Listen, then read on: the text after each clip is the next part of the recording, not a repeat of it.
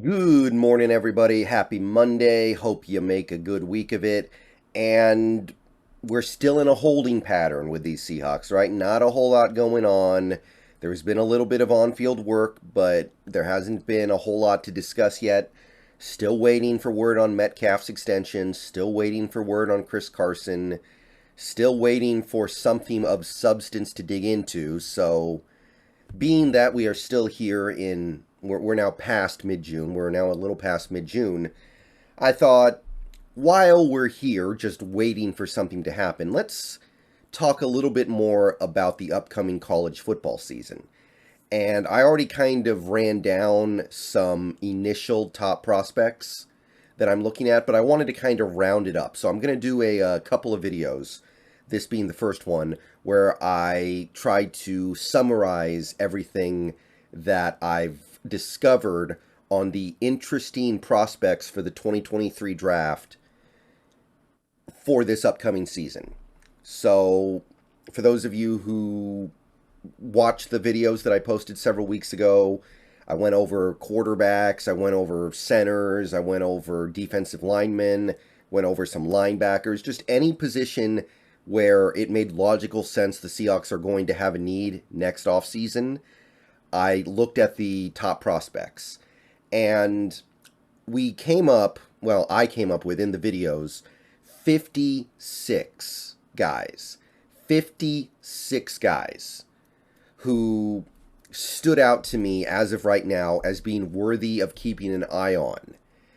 But it's a little easier if you put everybody into a list by college, because at the end of the day, when you turn on your TV on Saturday, you don't go, okay, I want to watch Bryce Young. No, you go, I want to watch Alabama, because Bryce Young is playing for Alabama. So with that in mind, I put together a list of all 56 players that I went over in the previous series of videos, and I sorted them by college. And I ranked the colleges by level of interest that I, as a Seahawks fan, have based off the players that they are going to be sending to the draft in 2023. So I basically just used tier lists, 1 to 5 scale. 5 is must-watch television every time they're on, if you can find a way to watch. 4 is watch as many of these games as you can. 3 is there's definitely enough to hold your interest. 2 is there's 1 or 2 things worth watching. 1 is it's better than watching paint dry, and any team not listed is 0. So let's take a look at my tier lists here, and some of you guys may have minor disagreements, but this should provide a basic framework, because I know some of you guys in my viewership audience who are Seahawks fans, you're not big college football fans. Some of you guys don't watch any college football, but you are this year because next year's draft is so interesting. So think of this as like the first draft of a viewer guide for the 2022 college football season. So I put 3 teams in my top tier. I gave them a rating of 5, which is basically there's so much interesting stuff with these 3 teams that as a Seahawks fan, I think you can find something to watch every time they're playing. So Alabama speaks for itself. I had 7 players on the watch list, including Bryce Young, who I'm not in love with, but you have 3 interesting defensive end prospects, Young, Igbogbe, and Dale. You have a linebacker, To'o. I'll learn how to pronounce it if we draft him, I guess. We have one of the best kickers in college football going into this season, Richard. And you have the current, I think, number 1 left guard prospect in this draft, in Cohen. So Alabama, even though I'm not in love with Bryce Young as a quarterback, there's a lot going on here defensively. And you've got a top offensive guard prospect to boot. So Alabama is probably number 1. The other team I had in the top tier of much must-watch college football was Kentucky. Even though Kentucky only really has 2 players I'm watching right now, these 2 players are so good, I elevated this all the way up to 5. Will Levis, still my favorite quarterback in this upcoming draft, still the guy that I have my eye on more than anybody else. And my favorite nose tackle prospect in this draft, Justin Rogers. He's the one guy in this draft who I look at and go, he has the size. He has the size to be a nose tackle. He's 330 plus. He can easily add a couple more pounds if he needs to. But those two guys alone are so intriguing to me. Kentucky's a 5-star. And the final 5-star top tier team is Clemson, even though I'm not crazy about their quarterback, DJ. Clemson fans will even admit that he might not be good and he may not be a pro prospect. He's still worth watching because he might turn it around. I mean, we see players improve drastically in their final college year all the time. And they've also got a really interesting pair of defensive end prospects in Brissy and Davis. And probably my favorite linebacker in this draft class so far in Trenton Simpson. So those three alone make it borderline 4. So may as well give them the 5. Okay, those are my 5-star top tier teams. I have I have one team in the, that was a mistake. I have one team in the second tier, Ohio State. And the reason why is pretty obvious. It's mostly because of C.J. Stroud. And he may be QB1 in this draft when all is said and done in terms of who goes the highest. So that alone probably makes Ohio State like a 3-star. And then you add on a little bit with Zach Harrison, a defensive end prospect who currently I think he's going to be like a 4th rounder. So it's not the most fascinating thing in the world. But it's Ohio State. They're probably going to have a few more guys emerge before the end of the year. And Harrison's appealing. And then they also have a top kicker in Ruggles. So you put it all together, I think you've got a 4-star college there. So I will definitely be trying to watch a lot of Ohio State games just for Stroud. But you can also throw in their kicker and Zach Harrison, defensive end. So that's the 4-star college to me. The only one I gave 4 stars. So 3-star colleges would include Oregon. And Oregon does so mostly on the back of my other favorite linebacker in this class so far, Sewell. If Sewell can become good in pass coverage, I will consider him in the late first round for sure. I just need to see him take the next step as a coverage linebacker. You've also got Flo, another linebacker, another interior linebacker on that Oregon defense who I don't view him as a top prospect, but he's worth watching. And then you have Bass, a probably, as of right now, late round left guard prospect, but one that is interesting to me. So between these 3 guys, with Sewell being so potentially interesting, I think that's 3 stars right there. Even though they don't have a quarterback and even though they don't have a lot on the defensive line right now. Another 3-star I have is Coastal Carolina.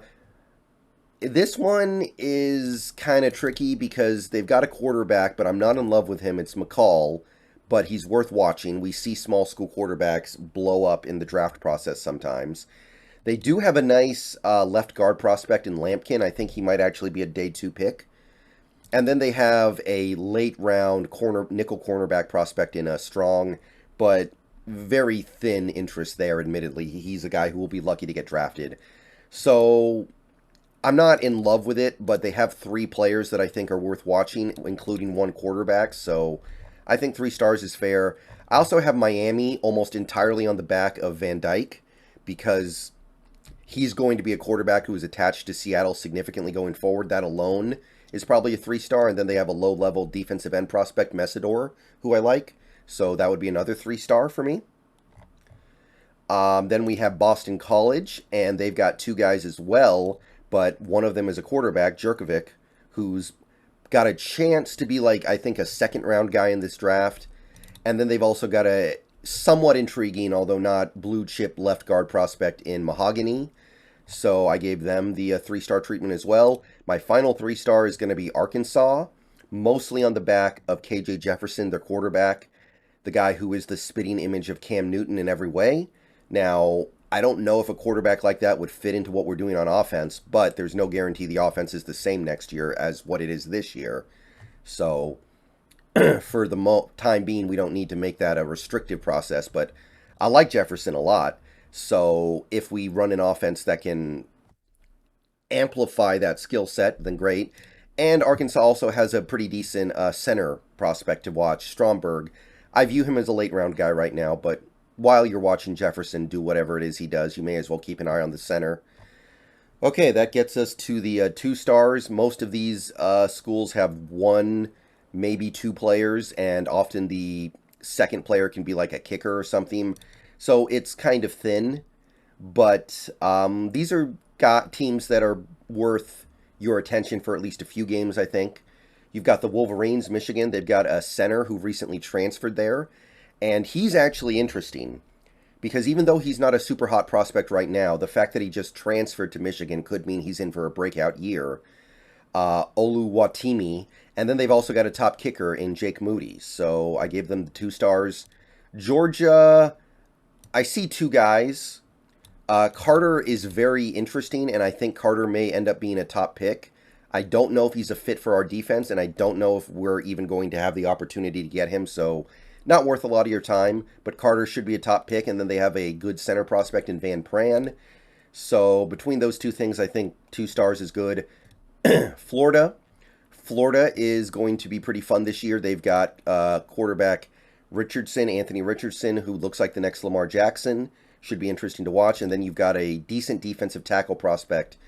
I don't know if he's going to be a fit for this defense, but we don't know what kind of defense we're going to be running next in a year anyway, so why not? Keep an eye on him. I like him. So Dexter is worth watching, so that's another 2-star for me. Then we have, I'm sorry, I keep duplicating schools here. My bad. We have South Carolina. I don't know why that happened twice in one video. Shoot. Anyway, South Carolina has a quarterback, but it's Spencer Rattler. Unlikely he becomes a top guy, but worth keeping an eye on. And a defensive tackle. I don't know if he fits the defense, but keep an eye on him anyway. Pickens. I like him. Okay, then we have Pittsburgh. They have a low-level quarterback and a low-level defensive end. Slovis, a USC transfer. I'm not super into him, but we got to see what he does. This is going to be the make-or-break year for him. And then you've got Cansey, a defensive end prospect who I like. Might be a decent fit in a 3-4 defense. West Virginia is in a similar boat. They've got JT Daniels, the USC transfer, and a low-level, like probably late day 3 center prospect in Frazier. So I gave them the 2 stars. Final 2 stars, Notre Dame. They only have 1 player here, but I like this player so much. I think he alone is worth 2 stars. It's the top center in this draft right now, Patterson. So that alone makes Notre Dame worth watching for at least a handful of games next year, I think. It's unfortunate they don't have anything else that I see interesting right now, but we'll see. They may pick up a couple as the season goes on. And then finally, we have a slew of 1-stars. These are teams that mostly they have like a quarterback and nothing else. They have 1 or 2 players that aren't that interesting. I got North Carolina pretty much entirely for a Leary quarterback. Virginia has Brendan Armstrong and nothing else. Tennessee has a quarterback as well, Hooker, but he's already like 25, or he'll be 25 next year, I think, so that's a hard sell. Washington State has Cam Ward, who could be interesting, but I don't see anything else yet with them. And Cam Ward, I mean, he's a transfer from a tiny school, so he's going to have to prove some stuff.